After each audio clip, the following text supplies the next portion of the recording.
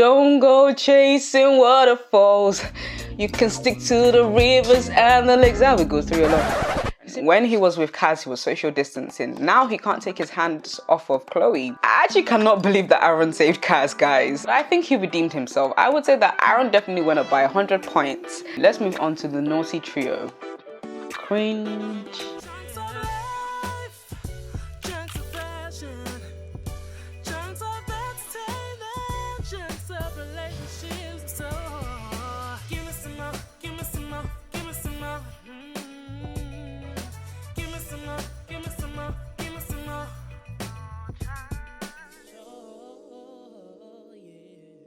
Hi guys, welcome to the Mo Chunk Show and welcome to another installment of a crossover with Chit Chat with Mo and a quick series, Islanders. For the 8 weeks that Love Island is on, I'm going to be reviewing on a weekly basis every Tuesday at 7 p.m. There's going to be a video or sometimes a live, so look out for that as well.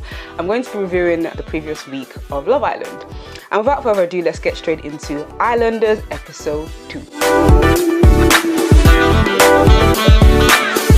And of course, I've got my cup, the Mo Chunk Show. Definitely grab one. Ooh, it finally focused. That looks amazing.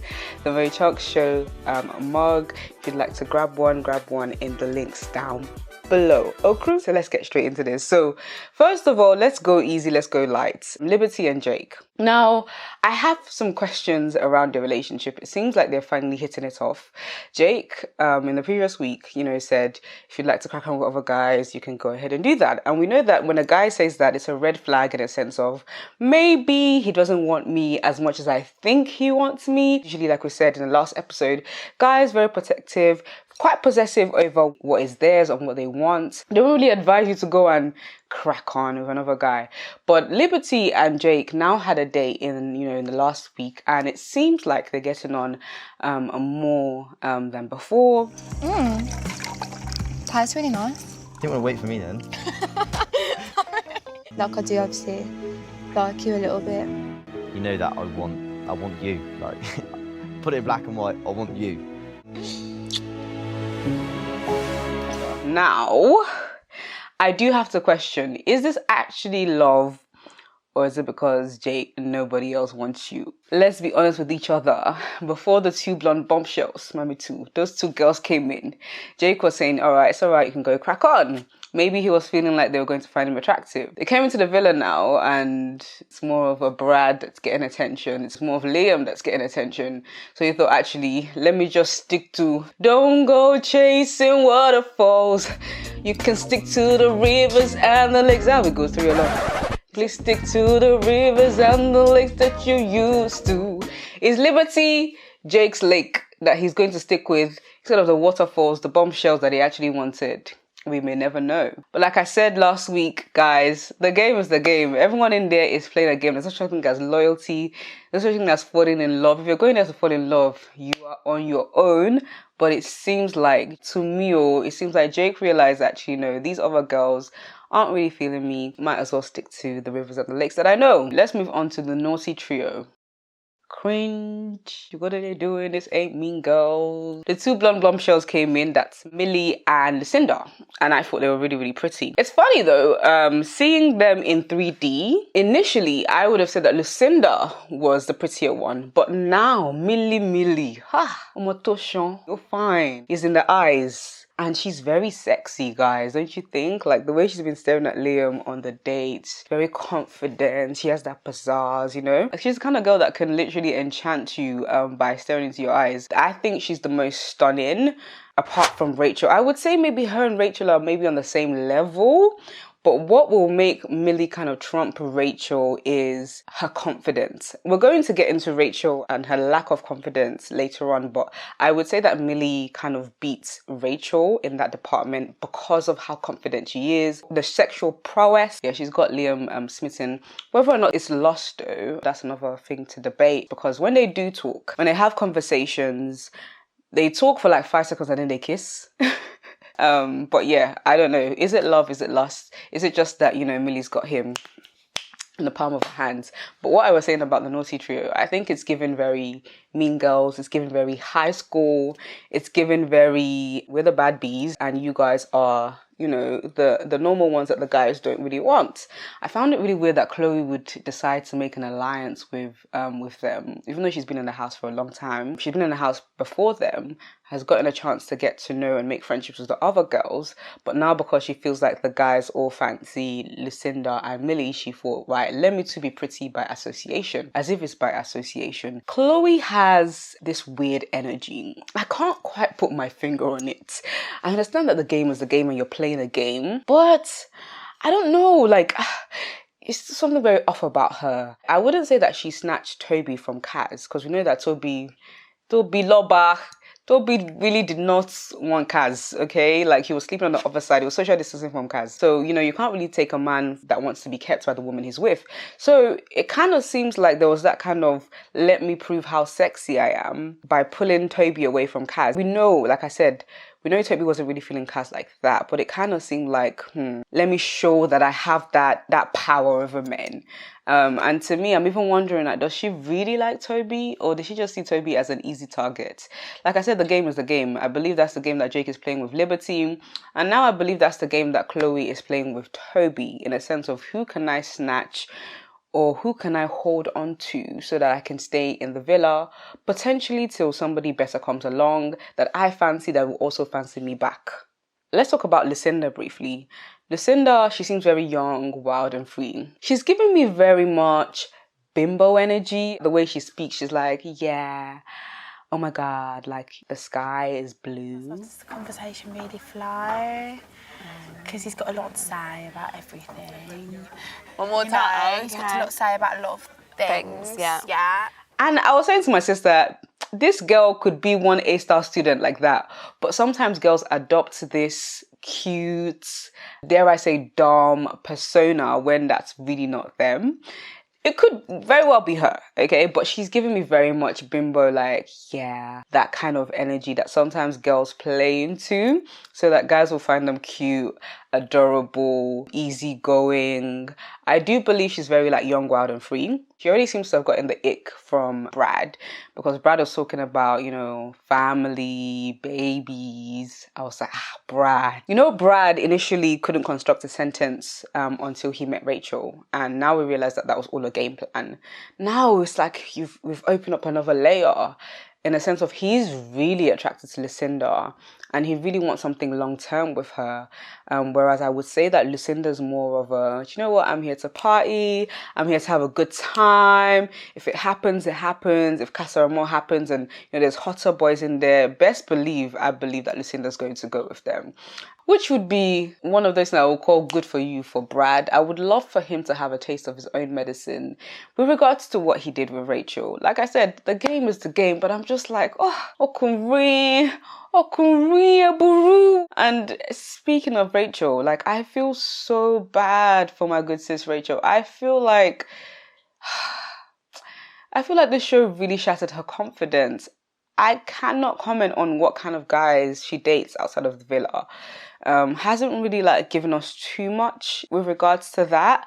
I would say that she's open from what I've seen. You know, Teddy came in as a black guy and she seemed to be quite into him. She was willing to crack on with Brad over Chugs. It's just sad that, you know, she was dropped in there as the bombshell that she is. I believe Rachel is so stunning. Minus that walk. Let's just... She comes. Minus the walk, I think she's a bad bee. I think she was the baddest in that villa. And she came in so confident. Brad and Chugs' fate was in her hands. She had all the power to begin with. It was so dramatic. And then, she saved Brad. Everything just went downhill. Like I said on Twitter last night, Rachel's time on the show was just a series of unfortunate events. I cannot believe the anticlimax of a run she had. Rachel began to almost mourn the demise of what she thought that relationship was meant to be. She really, really thought and had faith that Brad was going to crack on with her, which is really sad to see. Like, we all some of us could tell that Brad was playing a game. And lo and behold, we find out that he really was playing a game. And just like that, Rachel turned from bad B to sad B. Like, I've never seen anything like it. Like, a couple of episodes after that, we just saw her like, she was wearing black. When I saw her in the black, I just thought, oh no. Oh no, no, no, no, no, no. I was like, hey, what have they done to Rachel? What have they done? Because there's a level of confidence you have when you're very good looking and you get the reception that agrees with the fact that you're very good looking.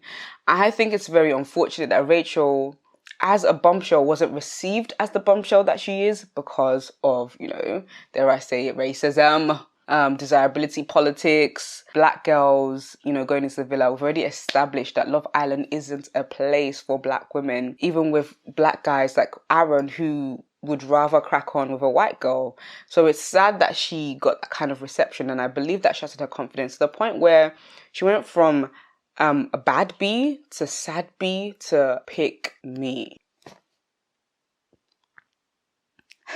What kind of anticlimax? I'm just like, Rachel, sis, pick yourself back up quick. But by then it was too late. Teddy came in the villa and she got so excited and she was literally like, telling us I'm going to graft, like I've never grafted before. And, you guys know that I have my opinions on like feminine energy and masculine energy. I would say that we all have levels of feminine and masculine energy. I would say that most of my life I was probably like 70-80% masculine and, the rest feminine. And I would say that now, post healing, post deciding to be more soft and more feminine, I would say that I'm probably like 50-50 now, sometimes 60-40. And I see the benefits of being more feminine when it comes to dating and relationships.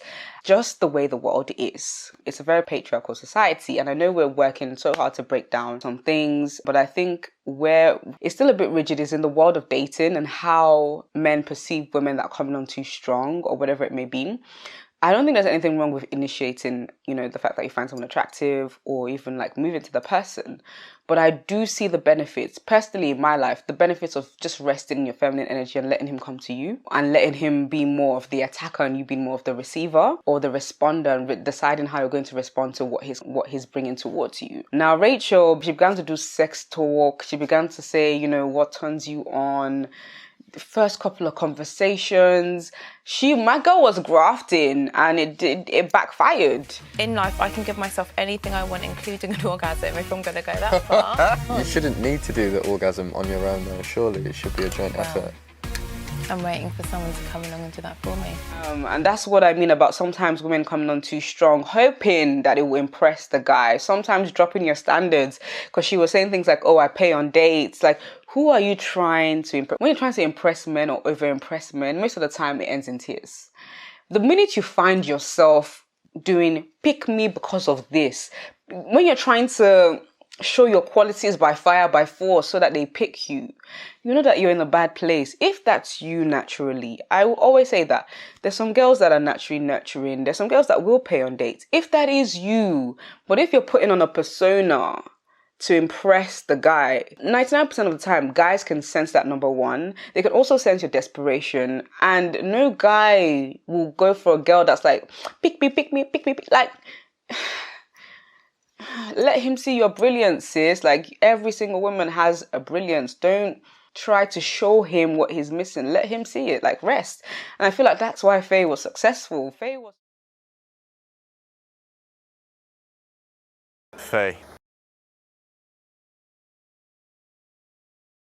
was so unbothered with the whole process, Teddy coming. She's been unbothered with all the guys, to be honest. Last night she did reveal that she has some walls up with regards to opening up, letting go and letting men in. So maybe that's where a lot of her being chilled comes from. But look, it's working in her favour. The other girls were really trying to impress him on the date, trying to have conversations with him. Even Kaz, when she went over to talk to him. Faye, he came to her, like, rest. I would say, though, that, we had high hopes. Some of us had high hopes for what kind of woman Teddy finds attractive. I feel like he picked what he usually goes for. Without saying too much, I think some of us had hope that perhaps he might crack on one of the black girls. I mean, time will tell. He's still in the villa. Faye is already showing signs of not necessarily wanting to open up. It might decide maybe a Kaz might be better for him to crack on with. Some of you are Twitter detectives. You went on his page, found his brother's page and saw that his brother's actually dating a white girl. And there's nothing wrong with that. I mean, like, you love who you love at the end of the day. I would say that socialization has, a part to play in that, where you grow up. you know, those kinds of things. But I do always find it a bit if you don't find your own attractive. But yeah, as some of us predicted, I think he went for what he wants, or what he usually goes for outside of the villa. You guys let me know, is Teddy, I find anyone attractive kind of man? Is he a white girl kind of man, or is he a black girl kind of man? Let me know in the comment section down below. Like I said before, I think Chloe's playing Toby, but I think it's very interesting to see how Toby's moving in contrast to how he was behaving with Kaz. You know, because Kaz was like, you know, begging for a cuddle, trying to inspire him for a cuddle, forcing that mighty kiss over on a terrace. Meanwhile, Toby with Chloe is just like, yo, he leaned in for a kiss, took the kiss. I believe they've been intimate. Do you get what I mean? Like, it's very different. When he was with Kaz, he was social distancing. Now he can't take his hands off of Chloe. Listen, if there's any lesson that you can learn from that, ladies, when a man's making excuses about why he doesn't want to be intimate with you, why he doesn't want to touch you, why he doesn't want to spend time with you, why he doesn't want to romance you, it's a lie. He's just not that into you. A man that's attracted to you, you will know. A man that wants you, you will know. If you're confused, if it's a maybe, just take it as a no, sis. Okay? But I do feel like Toby does give me like, he gives me like secondary school vibes again. It gives me like trying to impress the lads vibe. You know, there's been questions about whether would he have cracked on with Kaz if it was socially acceptable with regards to what kind of girls the other guys in the villa are going for. I think there is some element of truth to that. I feel like, you know, even the way he wanted Kaz to react, that could have been an ego thing, you know, when he told her that he wanted Chloe. I feel like you could have told me yesterday, but it's fine.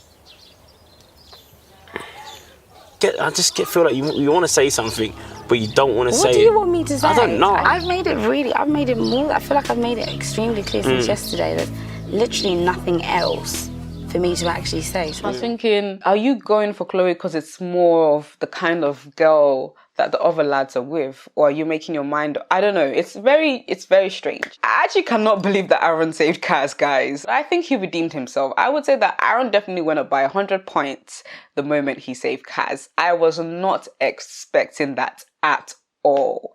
Aaron's been getting a lot of negative reviews because people think, you know, he goes for white girls, he's betraying his own, that kind of thing.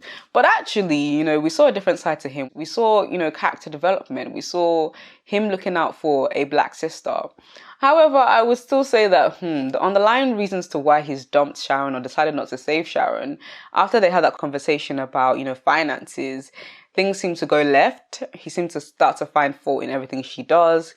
Was blaming it on the fact that she's not a peaceful woman, but actually I think it's because of the insecurity surrounding finances. So I'm like, I don't know whether I rate you. Thank you for saving my good sis Kaz, but I feel like you're an insecure lad, and I just can't get behind that. Last night the voting did open, and we finally get to vote like who's the most compatible. I voted for Aaron and Kaz because I do feel like all around the relationship's more strange.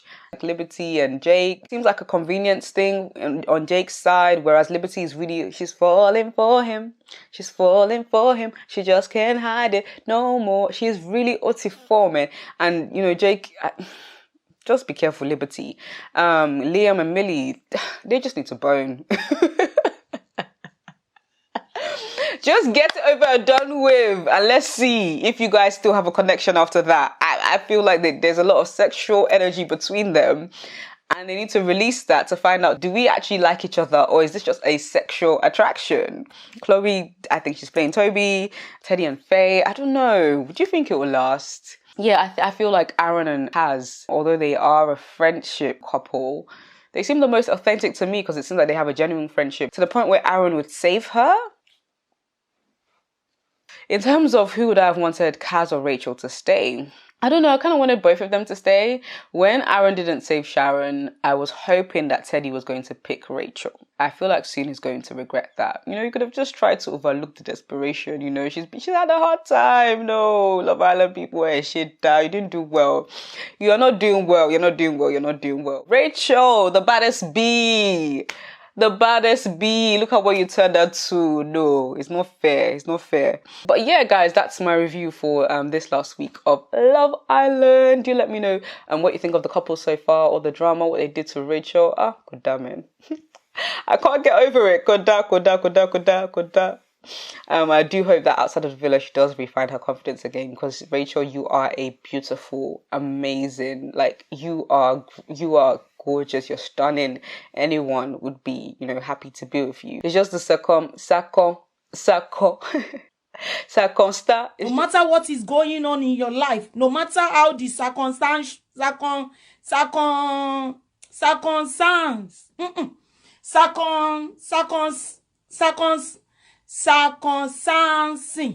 No matter what the circumstance is. It's just the circumstances that you found yourself in, babe, and I'm so sorry you had to go through that. And that's all I really have for you guys in terms of Islanders episode 2. Do make sure you like it if you liked it, share with your friends, comment down below on the things that I spoke about, and subscribe to this channel for more. Until next time, guys, peace and love, peace and chalks.